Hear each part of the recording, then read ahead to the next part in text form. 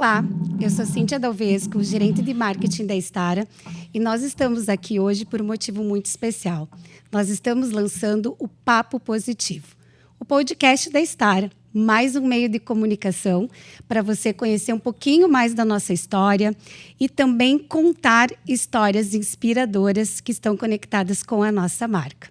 E como a Stara está comemorando 65 anos de evolução constante, no nosso episódio inaugural, nós trouxemos uma pessoa muito importante, que faz parte da nossa história.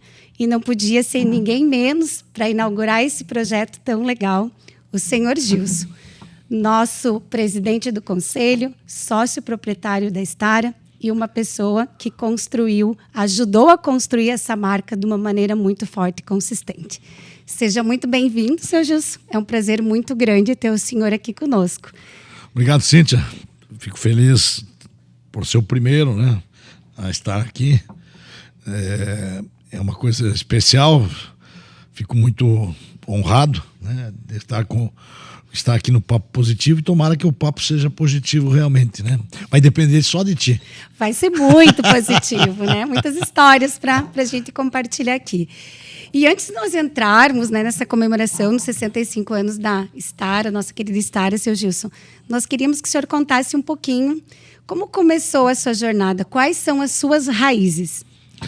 Bom, Cíntia, se voltar lá atrás, nós vamos levar umas 5 horas de programa. Vamos ter que fazer meio resumido, né? Porque são tantas histórias, são tantas coisas que a gente às vezes até se perde. Vou tentar pegar assim um pouquinho da minha infância, né? Então, a parte dura, né? Que a gente já, com 5, 6 anos, eu me lembro que ela foi em 66, eu já estava buscando, junto com a minha mãe, ajudar a alimentar a casa. Meu pai estava doente e a gente então teve que, logo cedo, a gente brincou muito pouco. Na verdade, a gente já fazia, a brincadeira era trabalhar. Então, logo cedo eu comecei a engraxar sapato. Depois entendi que acho que é uma parte do empreendedorismo, né? Que eu vi que sapato eu tinha só um volume de clientes que chegavam num ônibus, só tinha 2 ônibus que chegavam por dia, a gente ficava na rodoviária, então os clientes eram poucos. Isso em Ibirubá, seu Gilson? Não, Espumoso. Aí passamos entendi que podia ir nas casas, que daí eu podia lá arrumar clientes nas casas. Depois eu entendi que no inverno era sapato e no verão era picolé. Então eu saía no verão com a caixa de sapato, no verão com o carrinho de picolé, os primeiros que nasceram. E também aproveitei para vender revista. Então eu ia com um fardo de revista, já ia nos clientes que sabia que cada um queria e levava a revista certa. Eram revistas quinzenais, chegavam na livraria, ou tu ia na livraria comprar, e nós, acho que meio que levamos a ideia de levar a revista direto para o cliente. Então, o que tu quer ver? Eu quero ver a revista Manchete. A gente já levava, chegou a tua manchete, chegou a manchete do senhor, da senhora. E aí e sobre isso eu ganhava uma comissão sobre as vendas. No picolé a mesma coisa, no engraxate já era só pagar a graxa e a tinta, e o resto era mão de obra. Então era um valor bastante baixo e a rentabilidade era maior, só que tinha menos o que fazer. Aí depois disso a minha mãe fazia peruca, aprendi a fazer peruca com ela. Saímos para vender também, para ajudar a sustentar a casa. Isso foi depois, num certo período, lá pelos 12, 13 anos. Daí eu já era lavador de peça de uma oficina mecânica. Depois disso, eu fui lavar carro, né? Depois entrei, já estamos em 74, 75. Aí fui para a seção de peças de uma empresa da Volkswagen. De lá eu fui para o rádio, uma coisa que eu gostei pra caramba. trabalhar em rádio, trabalhei até 79, aí 1 ano no quartel, quando voltei não tinha mais emprego, já tinham preenchido a vaga a minha, e aí eu resolvi ir para o mundo, e a primeira cidade que eu parei foi Não Me Toque, né? Vim para cá porque tinha um amigo meu, que era o Jairo Ferreira, e ele me convidou, talvez aqui tenha uma vaga. Cheguei aqui, não tinha mais, mas daí já, como eu vim de mala e cuia, eu disse para a mãe que só ia, porque minha mãe só, daqui eu vou só para frente, né, não volto para trás, e aí eu resolvi morar numa garagem aqui, que foi emprestado, resolvi não, uma das coisas que tive que fazer foi ser garçom para poder ganhar o almoço e a janta, trabalhar de garçom. Eu tinha um gravador, até hoje eu tenho esse gravador comigo, e ele servia para mim entrevistar as pessoas, levar a informação, e eu trabalhei de maio até fevereiro sem salário. Sem salário. Meu primeiro salário eu iniciei em fevereiro a ser comunicador ao vivo, aí até lá sem nada, sem nenhum, só que trabalhando e fazendo almoços no domingo em campos de futebol, e durante a semana trabalhava no hotel, e aí era gostoso demais. Dormia numa cama de campanha, e tomava banho com a mangueira que vinha direto da rua, e lavava a própria roupa, era coisa assim espetacular. Então isso foi moldando, e aí em fevereiro, quando eu assumi, recebi meu primeiro salário em março. Depois fui para o banco, do banco vim para a Stara, e aí são 41 anos de Stara, que eu sempre falo que eu não trabalho mais na empresa. Eu nunca trabalhei na empresa, eu sempre me diverti, porque eu sempre, depois que eu aprendi a gostar aqui, assim como eu gostava muito de rádio, acabou sendo o caminho, abriu para mim trabalhar, Cíntia, na empresa. Eu não entendia nada de máquina agrícola, mas quis Deus que eu entrasse aqui, que na Stara não tinha nada de gerente de vendas, a empresa era uma empresa que não tinha vendedor. Então, em terra de cego, quem tem um olho é rei, né? Então foi o que aconteceu comigo. Eu vim para cá e comecei a vender, fui caminhando até virar vendedor. Uma pergunta, assim, a sua infância, né?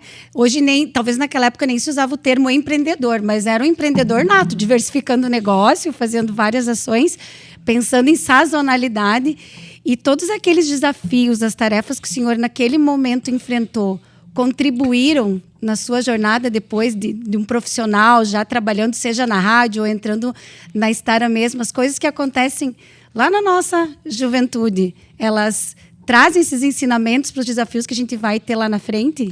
Eu cheguei a fazer 3 coisas no mesmo dia, mesmo estudando. Eu ia de manhã. E continuava estudando. Eu ia de manhã na escola, às 7 horas. A gente ia até o meio-dia, de tarde já saía com a caixa de engaixate, já pegava o carrinho de picolé, ou as revistas e o carrinho de picolé, ou o engaixate e as revistas, mas às 6 da tarde voltava para casa e aí ia trabalhar no bolão, que era armar bolão, ia até umas 11, meia-noite armando. Então tinha três fontes de renda, que para mim não via nada, ia tudo para a família, né? Nem a gente era para comer mesmo. Então era duro, mas muito bom. Foi muito, eu posso só dizer assim, que foi extremamente proveitoso para moldar o caráter, essa coisa do empreendedor. Eu nunca me contentei assim, dizer, não, tá bom até aqui, já cheguei, agora posso relaxar. Eu sempre gostei de desafio. Isso vale para... Quando eu vim aqui no Não Me Toque, existia o Russo Preto, que era o time famoso da cidade. Nós queríamos o Arsenal, né, que até hoje existe. Então, enfrentamos... Na época tinha meia dúzia de torcedor do Arsenal. O resto era torcedor do Russo. Com 22, 23 anos eu já treinava o time de futebol de campo, que já era um treinador. Então, treinava e jogava? Só treinava. Só treinava. Era para 23 anos, tu tem que ser meio líder ou muito líder para você comandar jogador de 30, 32, boleiro. Então, você tem um vestiário para você trazer esse pessoal para o teu lado, você tem que ter um certo afinidade e entendimento de como gerenciar grupo. Eu acho que isso ajudou demais, Cíntia. Para mim, o futebol foi muito gratificante, apesar de eu não ter sido jogador. O futebol foi muito importante para eu entender como levar uma equipe à vitória, porque o individualismo no futebol é quase que nem nas empresas, tá? O bom, ele não quer treinar, o bom não quer trabalhar depois das 6, o bom não quer trabalhar sábado, às vezes não quer dar o domingo, o esforçado dá o sábado, dá o domingo, dá a noite, estuda de noite, trabalha, tu já sabe bem disso, né? Fizeste isso, trabalha de noite, estuda, cuida de filho, isso não acontece por acaso. E aquele cara, às vezes, que tem talento, Deus deu para ele um puta de um talento, ele não sabe aproveitar.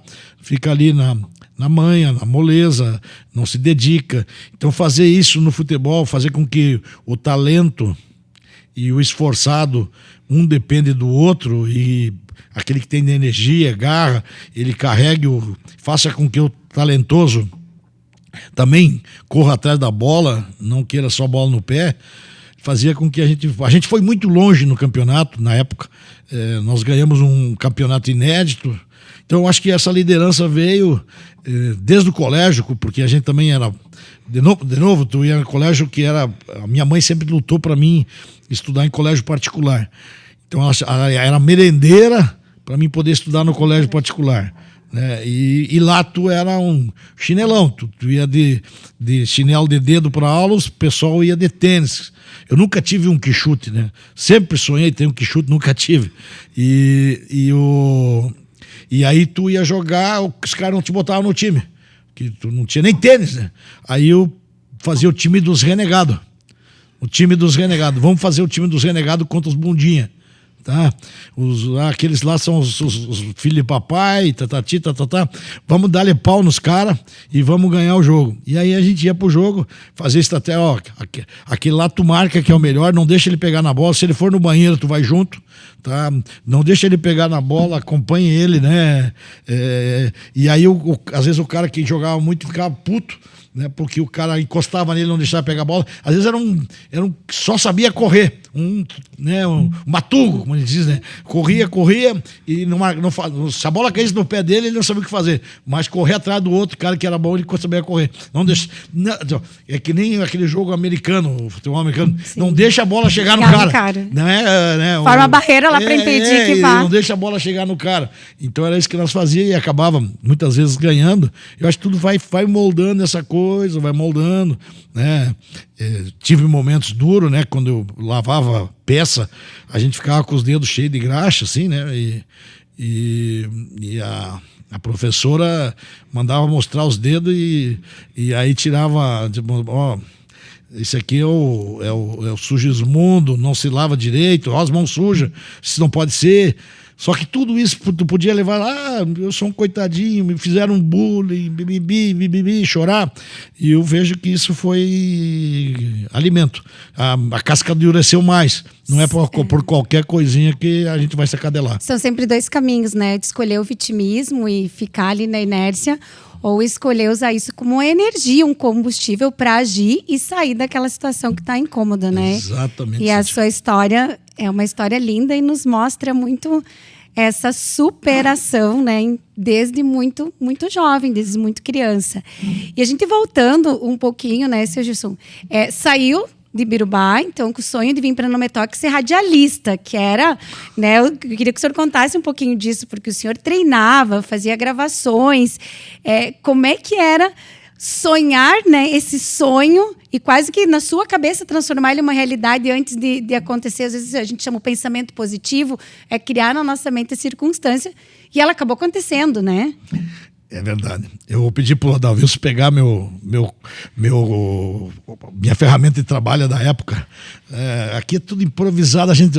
É de casa, né? É um papo eu acho que essa aí casa. Que funciona legal, não ter aquela coisa engessada, assim, isso aí. Não pode fazer isso, não pode fazer aquilo, olha, vai dar um crepe vai ter sombra, vai ter barulho. Não, aqui é coisa... Esse aqui era a minha ferramenta de trabalho, talvez muita gente nem conheça. Essa tá? já... Isso aqui ninguém conhece. Aqui não sei se tu conhece. Sim, já viu? Já conheço. Isso aqui era national. Isso aqui é japonês. Aí você tirava a fita. Aqui abre, bota a fita aqui dentro, fechava, ligava o play e... Olá, Cíntia, tudo bem? Fala aqui na Rádio Séries, tarará. E é isso que eu levava a matéria. No começo eles tiraram minha voz, porque não queriam que eu aparecesse. No segundo tempo eu já aparecia nas perguntas do meio da entrevista, depois eu já fazia o meio, começo e fim. No final eu já podia participar dos programas da rádio. Tudo free, né? Nada de salário. Não, e o senhor me contou, né, que se esforçava muito, né? Porque não tinha um curso para isso, uma faculdade. Era da forma que dava. Aí o senhor pegava os grandes jornais da época e estudava de cabo a rabo, ia treinando. Como é que era isso? É uma cópia, né, Cíntia? Na verdade, olhava pro jornal. Na época, o jornal trazia... Hoje eu até escutei essa semana na Rádio Guaíba, no final do jogo eles dão uma nota para cada jogador. Eu acho que a Gaúcha não faz isso, mas a Guaíba faz. Faz também. Aí a Guaíba, eu sei que nós aqui, na época, tínhamos o Russo Preto e tinha o Tequila, e eu não sabia como me apresentar, né? Não tinha espaço, que o cara que redigia o jornal, ele redigia o jornal. E eu falei, mas se eu for no jogo e ver os caras jogando, e eu dizer assim, João defendeu bastante, o goleiro merece nota 6, tomou um frango, nota 3, o fulano fez belas jogadas, nota 8, melhor jogador em campo, em quadra foi fulano, nota 7, nota 8, 8,5, e aquilo começou a ficar famoso. Aquilo começou a Foi uma inovação para a época, imagina isso, início dos anos 80. Aquilo ficou famoso. Os caras esperavam o sábado para ver que nota eu dava para eles no jogo. Aí comecei também a ser respeitado. Se empenhava mais, né? E aí os caras começaram a me respeitar. Eu ia nos treinos, os caras já encostavam em mim para me tratar bem, porque sabia que no final de semana podia ter uma cervejinha. Uma nota, nem cerveja nem tinha, assim, mas era tipo assim, mais era respeito mesmo, amizade, conversar, porque os jogadores eram meio estrela, né? Então, quando eles sabiam que tu ia dar a nota para eles já vinham pro teu lado. Oi, tudo bem? Bom? Tudo jóia? E aí, aquilo me deu oportunidade. Então, as notas para os jogadores era covardia, né? Porque aí tu via um cara se esforçando na quadra, o melhor jogador, tinha grandes craques, Naninho, Albinho, Tibina, e tantos outros que eu lembro assim, Pindurico. E aí eu dava nota pros caras, e aí ficou aquela puta, e aquilo eu levava pra rádio, vai sair as notas do jogo. Era uma expectativa em cima do que ia acontecer. Será que nota o Justo vai me dar? Que nota ali? E daí, nota 5, o cara chegava no treino, o cara nem olhava pra ti. Mas se tivesse as redes sociais naquela época, não. Não, era uma alegria. Mas isso era interagir, sabe, Cíntia? Era presencial. Era interagir. Isso queria dizer o quê? Que eu não podia estudar de noite, né? Então eu não estudei mais. Eu não podia estudar à noite, não podia estudar de manhã, porque eu trabalhava para almoçar, de tarde eu fazia as entrevistas. Então não estudava de manhã, não estudava de tarde e não estudava de noite. Era 100% full para poder se manter. Até que eu consegui dar um passo maior, que foi nesse março, e aí eu comecei a ter um programa da manhã, das 8 até o meio-dia, e comecei a ter um programa das 6 da tarde até as 7. Aí eu pude estudar de tarde. Aí eu fui estudar de tarde, fazer o segundo grau, que nem segundo grau não tinha café no bule. Eu vou pedir para a Angelita compartilhar essa foto, clássica, né, do seu tempo de radialista. Ele já era contratado, então já estava... Não, ali eu era free ainda. Era free ainda, olha aí, né? Ainda. Isso foi no final do ano de 80. Houve uma final de campeonato juvenil aqui, o Russo foi vice-campeão e eu estava narrando. Esse é um jogo. Narrando não, na verdade eu estava de repórter, de quadra. Já entrevistando. Mas bota free nisso, né? E metido, enfiado, porque os caras nem queriam me dar o microfone e eu ia no meio da torcida, ninguém queria fazer isso, né? entrevistar torcedor antes do jogo, aquela resenha. Cara, isso era muito legal. E às vezes é isso que falta um pouco na nossa vida, né, seu Gilson? É inovar, ser ousado e ter coragem, né? A gente sempre fala, coragem não é ausência do medo, é ir com medo e segue. E tá aí, às vezes, essa palavra meio que, para mim, meio que não tem, viu, esse medo, assim. A vergonha não... Não é por causa disso, é porque era um trabalho daqueles que tu faz com maior tesão, maior energia. Tu vê que que eu tô falando aqui que é emocionante. Para mim era como se eu tivesse ganhado na loteria poder falar na rádio. Sim. Era uma coisa assim que... E eu sabia que se não fosse aqui, seria em outro lugar. Eu não ia desistir do meu sonho, nem que a vaca tussa.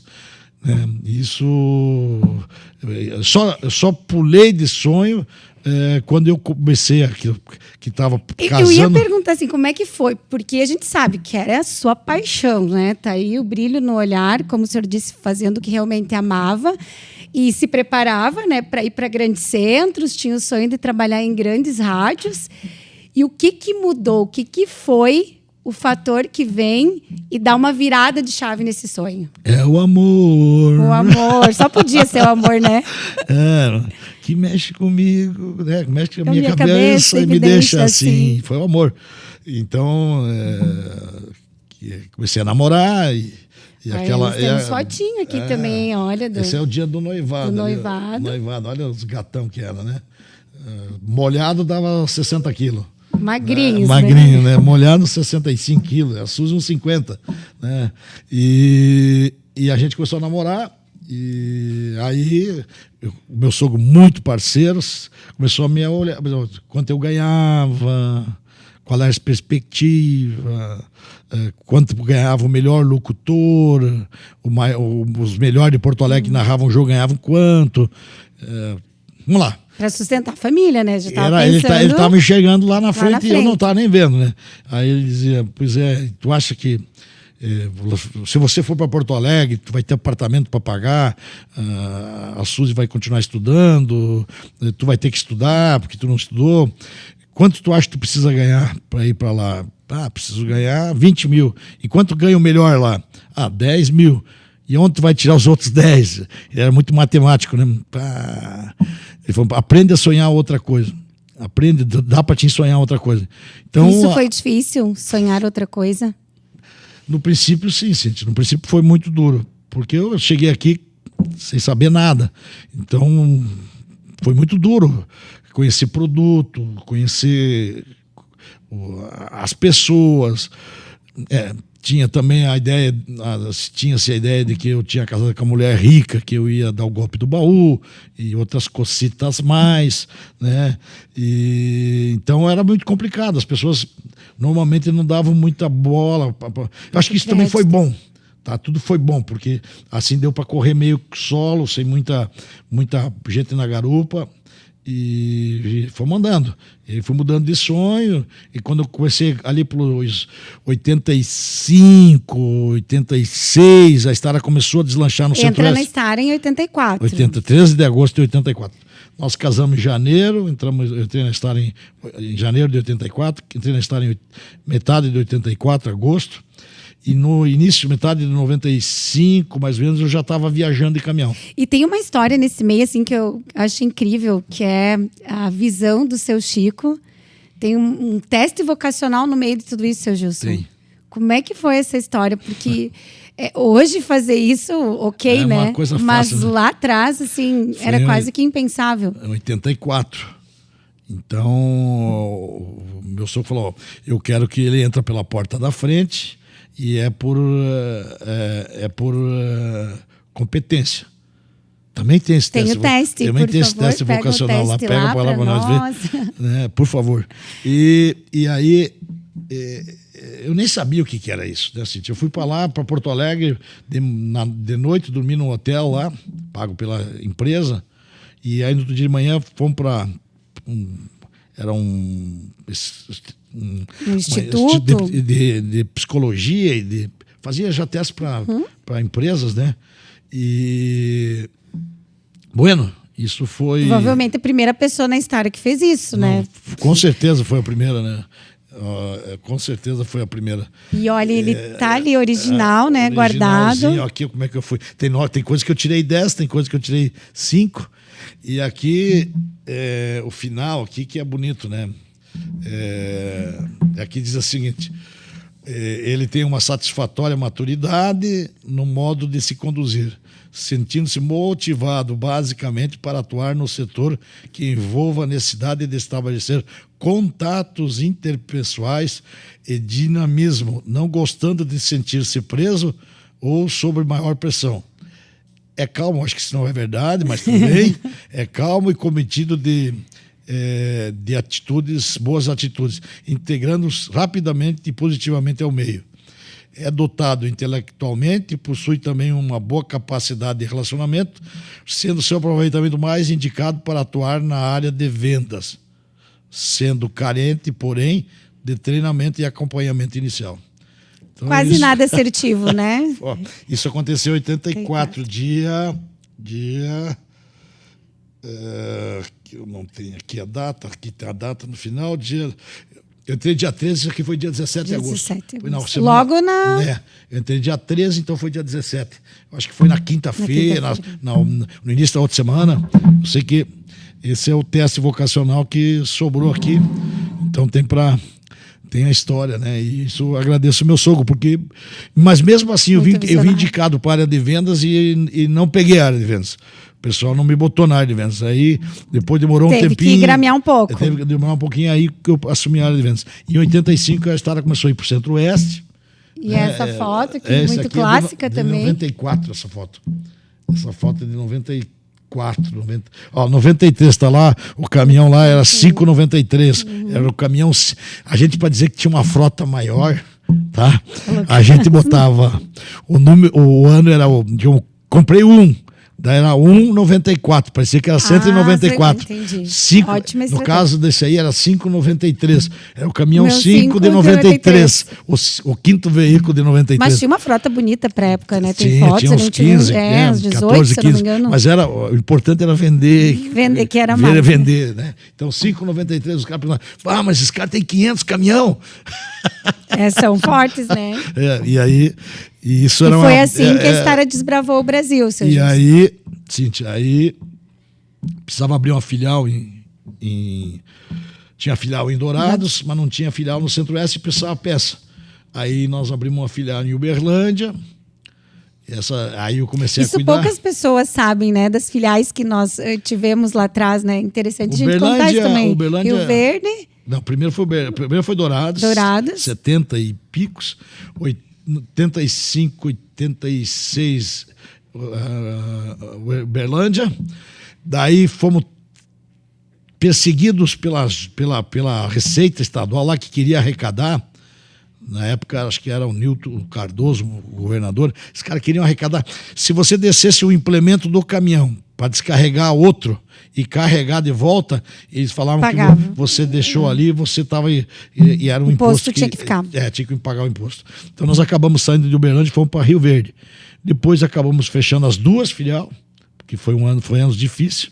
E nesse meio tempo eu fui indo de gerente de vendedor para gerente de vendas da filial, da gerente de vendas para filial para gerente de vendas da Star, de gerente de vendas para diretor comercial e aí foi deslanchando. E a sua visão foi muito importante, né? A Star sempre foi muito conhecida em todo o Brasil por produtos de qualidade, mas talvez não tinha aquele arrojo comercial, né? Aquela ida para o mercado.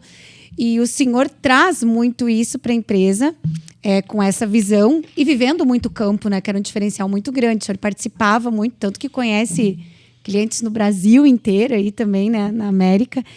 E aí a Star vai crescendo, né? Começa o processo de exportação também, que foi ali meados da década de 90, né? Nosso primeiro mercado que nós exportamos no Uruguai, isso? Mas foi em 86. 86. Então, como eu te falei, como não tinha ninguém, aí apareceu uma oportunidade de vender para o Uruguai. Ninguém queria ir. Aquela coisa. Falava espanhol. Falava muito bem. Né? E aí, bueno, vamos lá. Aí peguei um uruguaio junto comigo, José Barros, fomos juntos, com Corcel Hobby 2.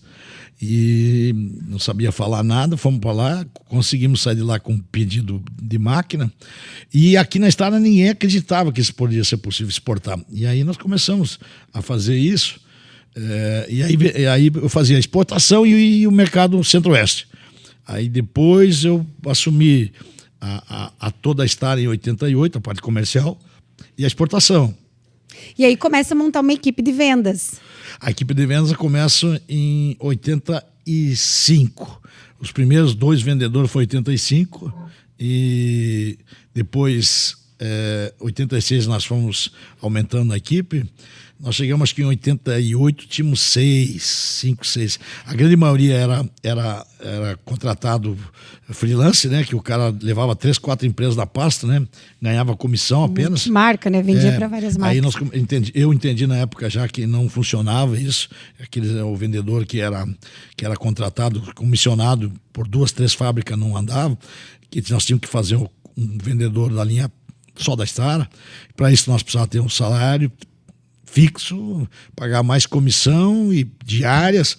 Isso parecia que era meio fora da realidade. Era muito melhor pagar 5% sobre o que o cara vendeu ou pagar 1,5% com salário e mais quilometragem e despesa. Mas o engajamento dele com a empresa também era outro, né? Era outro, ele tinha que responder. Então foi um momento de virada, e aí começou a coisa, o pessoal começou a entender, eu comecei a entender também que isso era uma coisa sem volta, que não adiantava ser comissionado lá e o cara fazer freelance, ou seja, um vendedor que hoje vende Estara, vende junto Stabra, Starrar, Jan, ele está com 4, 5 empresas na pasta, o que tu quer comprar? Vende o que o cliente o que tu quer comprar? Eu tenho isso, assim, hoje já é outra conversa, né? E aí, se Justo entra, um fator, esse até vou pedir para a Angelita, por favor, compartilhar a foto, entra mais uma vez aquela liderança, né? Primeira equipe de vendas, vamos só passa um pouquinho mais, Angelita, foto da equipe de vendas, aí, esse também é um dia, ali é o 388, né? Continua a numeração. E aí a gente sabe o quanto é difícil, né, formar uma equipe, e aí o senhor traz muito aquela característica do futebol, daquele líder nato, e começa a montar um time de vendas, né? Não era só colaboradores, funcionários que estavam ali, era um time. Como é que foi feito isso? Olha, a geada que caiu foi no dia 10 de julho de 88. Primeira reunião de vendas, segunda reunião de vendas da Estara. Nós fomos era quente, sim, tá? Que nem um dia agradável, que nem hoje, 20 graus, e vinha vindo uma frente fria. Então nós nos preparamos para o tempo bom. Não era para o tempo frio. E durante no final nós fomos saindo daqui de manhã, no final da tarde foi esfriando, e a noite foi a menos 5 graus. A menos 5. Nós tinha colchão, no colchão, orvalho, aquilo começou a molhar o colchão e no fim a gente dormiu com os cobertores do lado do fogo. Tá? Para você ter uma ideia de tão frio que tá, que a água da garrafa de água mineral congelou. E aí imagina os paulistas que tinha aqui. De ranguear Cusco, né? Como a gente diz aqui no sul. Os paulistas tudo cagado com frio, né? Tudo. Quem não é acostumado, né? Aí morrendo de frio. Mas teve esse cara aqui, seu Alad, falou assim: daqui 40 anos nós vamos lembrar dessa história. Porque nós passamos esse frio aqui, daqui 40 anos nós vamos lembrar. Então falta 2 anos, 3 anos para nós, daqui 40 anos. Lembrar dessa profecia que foi verdadeira. Era muito frio, era muito desproporcional. E a gente fazia isso para integrar a equipe. Sofrimento, aquela que eu sempre falo, quito que vem de graça, você não valoriza. Então você fazer isso foi uma coisa diferenciada que depois virou uma regra, que todo ano tem 2 reuniões de venda, né? A gente vai tendo, já deve estar quase 80 reuniões, né? E só alegria. É uma tradição, né, dentro daquela empresa. Era a hora que apresentava os números, a hora que apresentava o resultado da empresa, a hora que apresentava cada região. E uma das coisas que a gente fazia muito, que hoje não sei como é que é a nível de Brasil, mas era fazer a competição. Vendedor A contra o vendedor B contra C, A contra B e C, e D contra os 4. E aí quem era o primeiro... Instigar a competitividade ali. Quem era o primeiro ganhava um troféu, né? E quem era o último lugar tinha que carregar um mancal de 20 quilos durante toda a reunião. Ninguém queria, né? Ninguém queria carregar esse tal de mancal, que era o troféu mancal, que era o último lugar. E aí começa a se formar esse time, esse arrojo comercial da Stara vai ganhando o Brasil. E nós vamos nos tornando uma marca muito conhecida, lançando produtos inovadores. E aí tem outro marco na nossa história muito importante, que o senhor também faz parte disso, que são ali os anos 2000, que chega a tal da agricultura de precisão. Como é que foi essa visão? De onde surge essa ideia de trazer isso para cá e, principalmente, de nós fazermos, né, o que era considerado uma insanidade? Sabe, Cintia, tudo tem um pouco de sorte no jogo. Tem que ter um pouco de sorte, estar no lugar certo, na hora certa. Esse negócio da agricultura de precisão não estava com a Stara. Ela estava com a Jan. A Jan que foi a empresa escolhida para fazer, porque ela já tinha distribuição. E o que precisava naquela época tinha a colhedeira, que era da massa, e distribuidor. A Stara estava recém-debutando no distribuidor.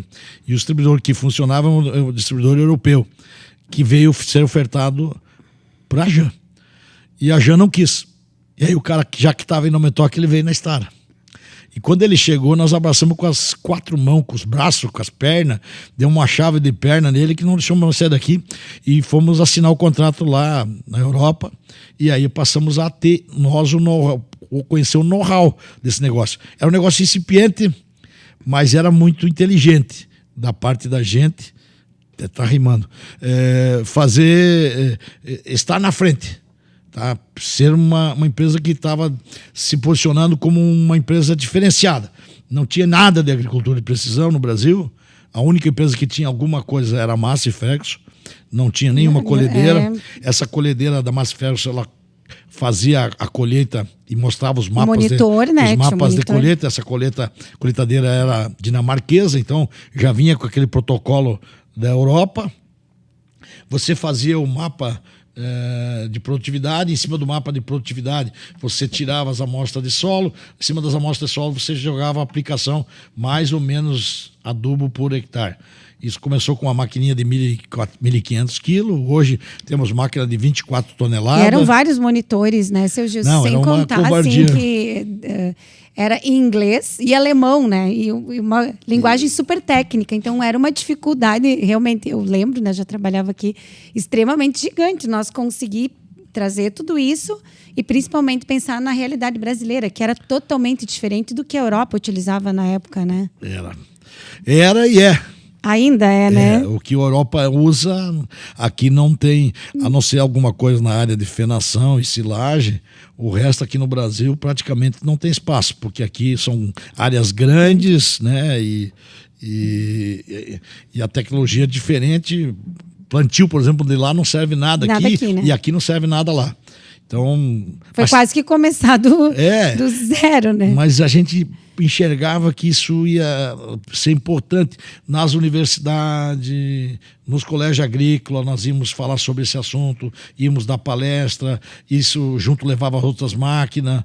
Então a gente pegou isso, mas era muito, mas muito difícil a gente espraiar isso. Era muito difícil a gente espraiar isso. Era muito complicado, porque imagina um cara ali da fazenda, lá no Mato Grosso, Goiás, o cara às vezes tinha dificuldade até para saber ler, porque há muito tempo atrás, não muito tempo atrás, o analfabetismo no campo era grande. Então, imagina o cara falar alemão, né?